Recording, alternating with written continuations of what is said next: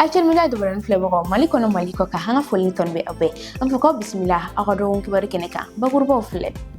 ame samnya wakati la mali kono ni wakati na bana chama mbi kumbo yala jamana kono don bu yere tanga ka bo sumaya ani samnya fe bana ma tugodi abe na walwali soro indo won kibari kono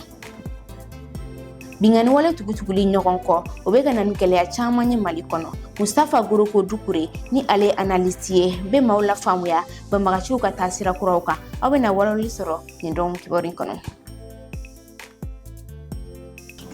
Abisi no kura agadon kibare keneka ina fantu nya fana to gomina bakuru bawla samya manada mine bana chama mbi kumbo ina fo sumaya kono bolu fukata se mura lunu nyogona chama kakeni ni wale nyi ma chama mela kana wale uta yasa kuwera kisi ani kufe moko kisi munne beke ga chaya ani ankanga muneke yasa amese kanyera lakana nya fole ko nyuma binadi awma Zainabu Keife Sarbizan moko ubina nga sokona ambaw hanna so ambawte ubina ambaw ko sokona pompe ka ponji ko no pompe tugube yoro bo pompe wakati sote di bana bainte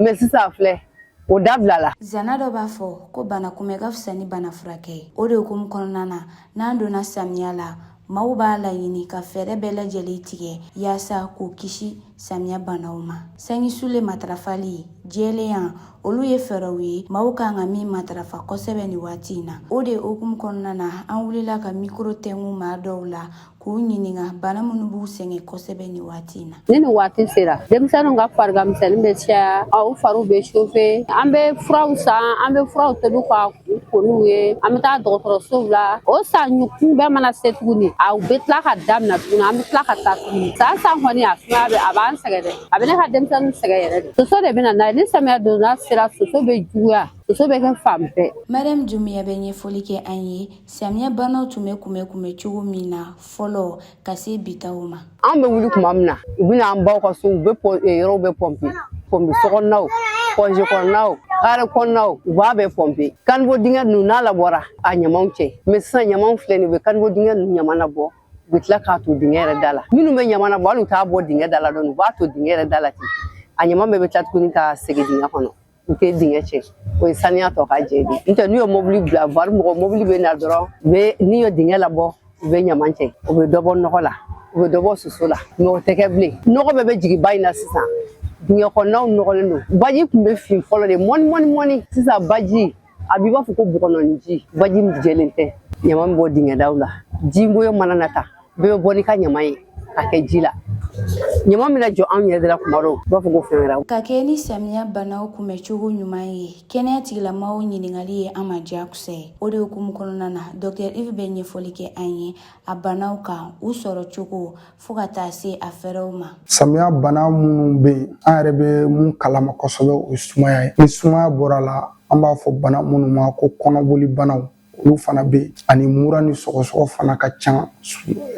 samia wakati sumaya ta kɔni ma dogo mɔgɔ si la o ye jinɔgɔ minnu bɛ sigi an ka sigidaw la o ka di sosow ye kosɛbɛ parce que o b'u ka ɲɛnataga sabati kosɛbɛ donc n'a bɔr'o la kɔnɔboli bana ninnu ni san nana tuma dɔ la a bɛ hakɛto kuma la caman bɛ u mago ɲɛ kɛnɛmala la ni san y'u mago ɲɛ fɛn ninnu gosi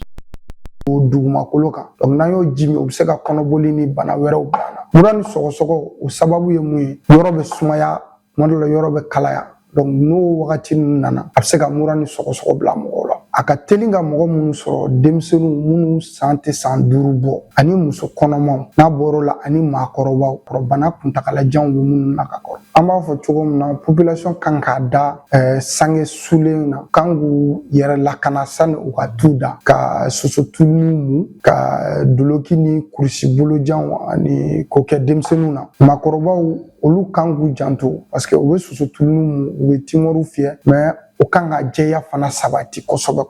walasa an ka kisi samia banaw ma a ka kan an ka kɛnɛya tigilamaw ka fɛɛrɛw labato ni ka u waleya k'an hakili to kosɛbɛ denmisɛnw musola sirulu ani mɔgɔkɔrɔbaw lakanani ɲuman na walasa ka dɔ bɔ samia banaw jɛnsɛnli la baw a banaw tɛ taa timinadiya ani jɛlenya kɔ san o san samia bɛ kɛ wagati gɛlɛn ye maliyɛnw bolo sanji na kojugu ani maaw bɔli ko gɛlɛya san na wagatiw la sanji minɛfini kelen no fɛn ye maaw tɛ se ka tɛmɛ min na yala ɲinan sanji minɛfini sanni ko bɛ cogo di aw bɛ na walawalali sɔrɔ Maimuna daw fɛ ni san nana kɔni diyagoya a bɛ san o sabu dɔ bɛ yen kɔgɔ de bɛ kunna o tɛ sanfɛ o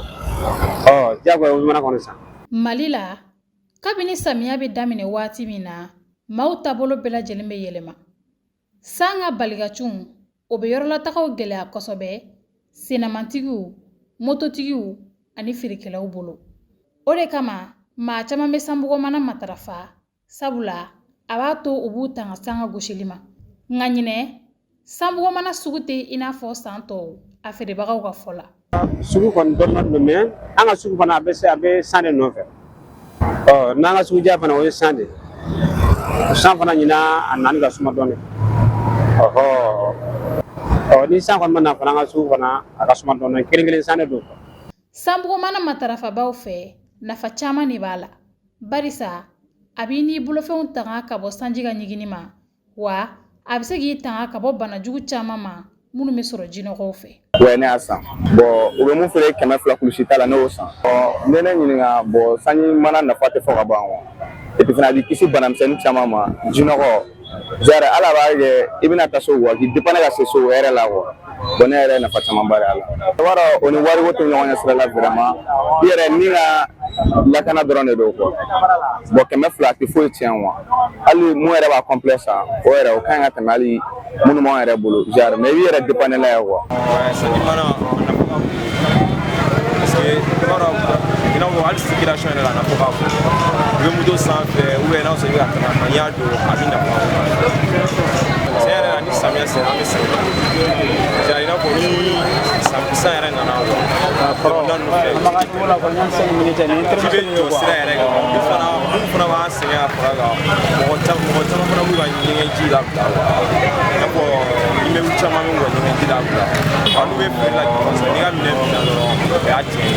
wa hali minnu bɛ tagama fana bana b'a la wa. Bamakɔ bɔlɔnkɔnɔnaw la sanbɔgɔmana feerekɛlaw ye yɔrɔ bɛɛ labɔ a suguyaw ka ca wa kulɛriw fana sugu caman b'a la wa bɛɛ bɛrɛmata bɛ sɔrɔ a la kabini san b'a fɔ ko to i dugumakolo kan a feereli bɛ daminɛ nka ɲinɛ a feerebagaw tɛ k'a tɔnɔbɔ i n'a fɔ u kun sigilen don ni k'a kɔnɔ cogo min na a sɔngɔ o bɛ tali kɛ a suguyaw la ani mago bɛ hakɛya mun na. An ka mana bɛ daminɛ 800 k'a kun kɛ 2000 min bɛ sa cɛmisi ta ka san ka ca sabu 2000 ta in sisan wari ko ma nɔgɔ sisan sugu tɛ yen kosɛbɛ a ma nɔgɔ o de kama cɛmisi ta de ka san ka ca wala bɛɛ de b'a san an ka kiliyan muso b'a san cɛ b'a san a bɛɛ de b'a san ni san nana an bɛ se ka den ta den 6 feere o bɛ kuma la den 6 den 8 den 10 b'a feere mais san kɔni ma na kɔni den 1 den 2 den 3 a bɛ da a tɛ tɛmɛ o ni kɔni samiya kɔni sera kɔni hali n'an tɛ fɛn wɛrɛ feere an bɛ don mana feere la diyagoya de an bɛ fɛn fɛn min feere ni samiya sera an bɛ don mana feere. Samiya mana daminɛ ka ban sanbɔgɔmana bɛ kɛ maa caman tala ye Mali la tangalan kɔfɛ ka bɔ san ka ɲigini ma a bɛ maaw ka tali nɔgɔya yɔrɔ caman na samiya waatiw la wa a feereli b'a to fana maa caman b'i da mugan a nafoloko ta fan fɛ. I n'a fɔ an tun y'a fɔ ɲɛna cogo min na bakurubaw la an ka jamana lakana ko bɛ ka gɛlɛya caman sɔrɔ ka sabu kɛ banbagaciw ka bingani wale cayaliw ye ka ɲɛsin Mali fan caman na ka kɛ ni wale cayali ye yala lakana tigilamɔgɔw ani géopolitiques ka fɛɛrɛw bɛ na kɛ mun de Mustafa Goroko Dukure ni ale analyste en géopolitique ye bɛna walawali kɛ aw ye Abdoulaye Maiga ka kuma bara la an ka jɛ an ka ale ka sɛbɛnw lajɛ. Bataille min bɛ en cours la an bɛ se k'a fɔ 25 avril ka na bila bi ta la c'est presque a bɛɛ de ye kelen voilà donc attaque min kɛra depuis le 25 avril i b'a ye terroriste ninnu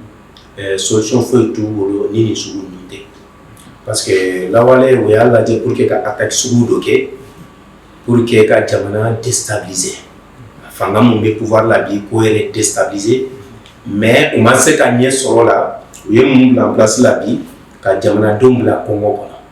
pour que an bɛ se ka dimi an ka fanga mun bɛ en place la bi mais u bɛ ɲinɛ fɛn mun kɔ maliyɛnw bɛ yɔrɔ min na bi an tɛmɛna ni gɛlɛyaw dɔ ye o ye hakili d'an bɛɛ ma an t'a fɛ ka segin o kan bilen an bɛ gɛlɛya mun kɔnɔ bi gɛlɛya mun don a bɛ tɛmɛ o mɔgɔ se ka lafiya sɔrɔ n'i ma gɛlɛya sugu dɔ i ɲɛ la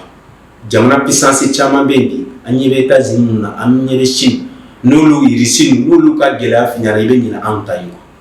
donc n'i y'o faamuya anw bɛ kɛlɛ min kɔnɔ bi contre ni mɔgɔ jugu ninnu donc an kan ka hakili de sigi a ko kɔnɔ u ye attaque minnu bila en place la pour que k'an attaquer u b'a dɔn solution foyi t'u bolo ni nin tɛ guerre asymétrique ye guerre asymétrique ye jumɛn c'est à dire que u b'u denw fini sugu bɛɛ la i se k'u ni mɔgɔw bɔ ɲɔgɔn na u bɛ na u bɛ bombe ci u bɛ taa o tigi k'o kɛlɛ a ma nɔgɔn sinon pouvoir min bɛ bi armée ma fanfɛla la bɛɛ b'a dɔn k'u bɛ u se k'o kɛ mais mɔgɔ min ye u ye fɛn min bila du 25 avril u ye attaque min organisé ils sont organisés ka yɔrɔ caman de attaqué o yɔrɔ caman o attaque in kɔnɔna na wajibi de don an fana ka militaires u bɛ yɔrɔw partager ka jɛnsɛn yɔrɔw la pour que ka yɔrɔw tɔ ninnu lakana wajibi de don yɔrɔ minnu attaquera u bɛ to yɔrɔ ninnu lakana donc une fois que n'o kɛra an ka mɔgɔw bɛ occuper u yɛrɛ ma u bɛ fɛrɛ ka yɔrɔ dɔ minɛ donc u ye yɔrɔ min bɛ attaqué u b'a dɔn direct k'a fɔ yɔrɔ in tɛ se ka t'u bolo mais u bɛ basé yɔrɔ kelen kan mun ye Kidal parce que savait que se ka Sévaré minɛ o waati u tɛ se ka Gao minɛ u tɛ se ka Kati minɛ u tɛ se ka Bamako minɛ mais u y'a la occupé k'an ka militaires ko caman bolo donc ka taa Kidal minɛ ka don Kidal fanfɛla la Kidal yɛrɛ u b'a dɔn ko mun bɛ yen gɛlɛya mun b'u kan u b'a dɔn kosɛbɛ an bɛ se k'a fɔ Kidal yɛrɛ minɛni yɛrɛ a tɛ tɛmɛ kosɛbɛ parce que lafiya t'u bolo comme 2012 u ye lafiya mun sɔrɔ yen o t'u bolo yen kosɛbɛ donc o attaque in kɔnɔna na on était obligé ka réplique tactique dɔ kɛ ka taa Anefis parce que an ka militaires tun bɛ Anefis mais minnu fana tun bɛ Kidal olu fana ye réplique tactique dɔ kɛ ka taa Anefis réplique tactique ye mun ye ni yɔrɔ dɔ gɛlɛyara i bɛ se ka segin ko ka t'i yɛrɛ labɛn ka tila ka segin ani n bolila ou bien n dɛsɛra o tɛ kelen mɔgɔw k'o de faamuya an y'o de kɛ bon Anefis kelen ni 4 juillet fana u ye nin attaque in de préparé ka simultanément c'est-à-dire conjointement ni u yɛrɛ bɛ terroriste u bɛ terroriste an b'a fɔ ten de donc u y'o fɛn de préparé pour que u se k'an attaquer cogoya min c'est la même stratégie que du 25 avril donc yɔrɔ bɛ attaqué pour que u se ka tomber Anefis kan cogoya min na Anefis ma tomber Anefis b'an ka mɔgɔw bolo mɔgɔw k'o faamuya Anefis filɛ nin ani Kidal c'est 112 km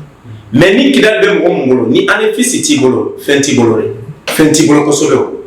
mais ni Kidal t'i bolo ni Anefis b'i bolo Anefis in b'i bolo fɛn b'i bolo dɛ mɔgɔw ka faamuya Kidal y récupérera mais pour que ka taa sisan k'a fɔ k'i bɛ kɛlɛ wɛrɛ kɛ tan mɔgɔw k'u hakili sigi a tɛ se ka kɛ teliya la ten kosɛbɛ tactique de la parce que mɔgɔ minnu don u bɛ yen a bɛ se ka u ye miniw bila yɔrɔ caman yɛrɛ n'anw wulila dɔrɔn ka taa an bɛ se ka taa don ka embuscade kɔnɔ piège kɔnɔ donc militaire minnu bɛ to la ou bien population mɛ a ma nɔgɔn militaire minnu filɛ nin ye bi olu b'a dɔn kosɛbɛ ka tɛmɛ maa caman kan mais an ka pouvoir min filɛ nin ye bi u bɛ se ka frappe kɛ Kidal mɔgɔw n'u tun tɛ se ka hali tile kelen u tun tɛ se ka hali su kelen si mais n'an y'o kɛ population ni bɛ to a la voilà ne kɔni bɛ se ka mun fɔ jamanadenw minnu bɛ nin ko in kɔnɔ u ka bɔ a la parce que mɔgɔ tɛ se ka kɛ k'i ka jamana tiɲɛ ka lagosi ka bila fayiti la ka jamana ta tiɲɛ k'a fɔ i bɛ taa mɔgɔ wɛrɛ ka jamana k'i bɛ taa kɛ o jamanaden o tɛ se ka kɛ n'u k'i ma karisa ye nin jamana in nationalité ye o ye ka ko diya ɲɔgɔn bolo mais n'a gɛlɛyara u ka nationalité b'o si la solution foyi t'a la mun bɛ ka nin terroriste ninnu financer e mun bɛ k'u dɛmɛ e mun bɛ ka information d'u ma a dabila n'a kɔlɔlɔ min yɛrɛ sɔrɔ a bɛ hakili la i denw bɛ yan i mɔdenw bɛ na a kɔlɔlɔ bɛ se k'olu ou bien balima don a bɛ se k'o sɔrɔ donc an bɛ se k'o appel de lancer a filanan mun ye appel fanfɛla la population ka nin transition militaire ninnu an ka hakili t'u la dɛmɛ tɛ k'a fɔ n ye wari dɔn ou bien n ye marifa dɔn communication bɛ yen ni mɔgɔ o mɔgɔ bɛ se ka kibaruya lase ka tɛmɛ ka guerre kɔnɔ a bɛ se information na a bɛ se ka propagande kɛ ni ka militaires bɛ fanga la n'u bɛ se hali kɔ la u bɛ ligne dɔ la la ligne qui est favorisée c'est-à-dire propice tellement que ni information propagande b'a kɔnɔ n'ala ma fara ka militaires bɛ bɔ fanga la u b'a fɔ kuma min bɛ ka fɔ c'est-à-dire u bɛ déstabiliser mentalement ils seront déstabilisés o de kɛra en 2012 waati min u bɛ k'a fɔ ko nin bɛ ka kɛ tan a bɛ ka kɛ ten k'a sɔrɔ tiɲɛ tɛ population bɛ paniquera an y'a dɔn waati min na k'a fɔ nkalon don o y'a sɔrɔ région saba in bɛɛ tombera donc an ka hakili to o de la an ka gouvernement an k'u dɛmɛ ni information ani ko n'an ye mun ye n'an sigalen b'a la an kan ka ɲɛsin u ma jeunesse fana an fana ka muɲu population malienne bɛ ka muɲu mais surtout nous la jeunesse parce que jamana ye anw de do bi n'anw ma muɲu k'a fɔ an bɛ pression kɛ an yɛrɛ la hali an tɛ bɛn fɛnw dɔ la an bɛ waati min na bi an k'olu to kɛrɛfɛ an ka taa ɲɔgɔn fɛ o waati fana bɛ na o waati fana n'o fana sera an b'o kɛ mais c'est pas le moment de faire des critiques mais on peut accepter des critiques constructives critique mun bɛ se ka fɛn nafa mais critique mun bɛ fɛn tiɲɛ o tɛ k'a fɔ k'i bɛ k'i ka jamana fɛngɛ dɛ i bɛ k'i ka jamana dɛmɛ dɛ i bɛ ka i ka jamana bila ko i bɛ ka tiɲɛ dɛ n'a dun tiɲɛna e tɛ bɔ a kɔnɔ ne tɛ bɔ a kɔnɔ. Sisan nɔ jamana kɔnɔ kunnafoniw a n'a kɔn kunnafoniw bɛ lase aw ma teliya la Henriette Keita fɛ. An ka jamana kɔnɔ kunnafoniw arabadon juillet kalo tile 8 san 2026 Mali sɔrɔdasi kulu n'u jɛɲɔgɔn tɛmɛna ni u ka baara ye ANEFIS sigida la. Sɔrɔdasi kulu ka sɔrɔdasi kuluba y'o laseli kɛ ka kɛɲɛ ni kunnafoni di sɛbɛn ye min b'a jira k'a fɔ k'u ye bengani kura 6 kɛ laɲiniw kan minnu tun ɲɛfɔlen kun don ka tɛmɛ. Bilan provisoire b'a jira ko mɔbili 3 tiɲɛna ani bengani wale tigilamɔgɔ caman bɔnɛna u ni na. Burkina faamaw bɛ fɛ ka welekan labɛn ka kɛɲɛ ni jɛgafɔ ni nafoloko labɛnni ma. Kunnafoni dɔ kɔnɔ min bɔra juillet kalo tile 7 san 2026 denbaya ni jɛɲɔgɔnya minisiriso ye laɲini kɛ min b'a to jamanadenw tɔn société civile jɛɲɔgɔnw ani fanga tigilamɔgɔw wele ni u ka tɛmɛ plateforme kɛrɛnkɛrɛnlen fɛ yalasa k'u ka dɛmɛw kɛ ni fɛɛrɛ ninnu bɛ kɛ sababu ye ka nafa sɔrɔbagaw danbe lakana.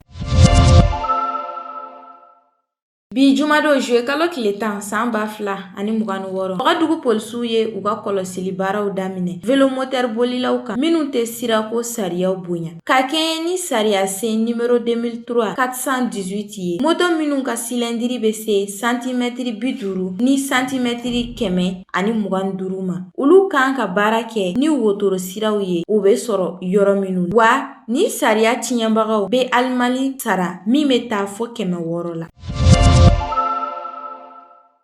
Kongo jamana fangafintɔ ɲɛmɔgɔ ye wele bila alamisadon juillet kalo tile 9 san 2026 jamana kuntigi Félix Tshisekedi ka baara bila ani ka wuli ka jɔ kɛ ni yɛlɛma kura donna constitution la. Fangafintɔ mɔgɔ ka fɔ la o yɛlɛmali ninnu bɛ se ka kɛ sababu ye ka sira bɔ jamana kuntigi ka fanga sabanan ko la.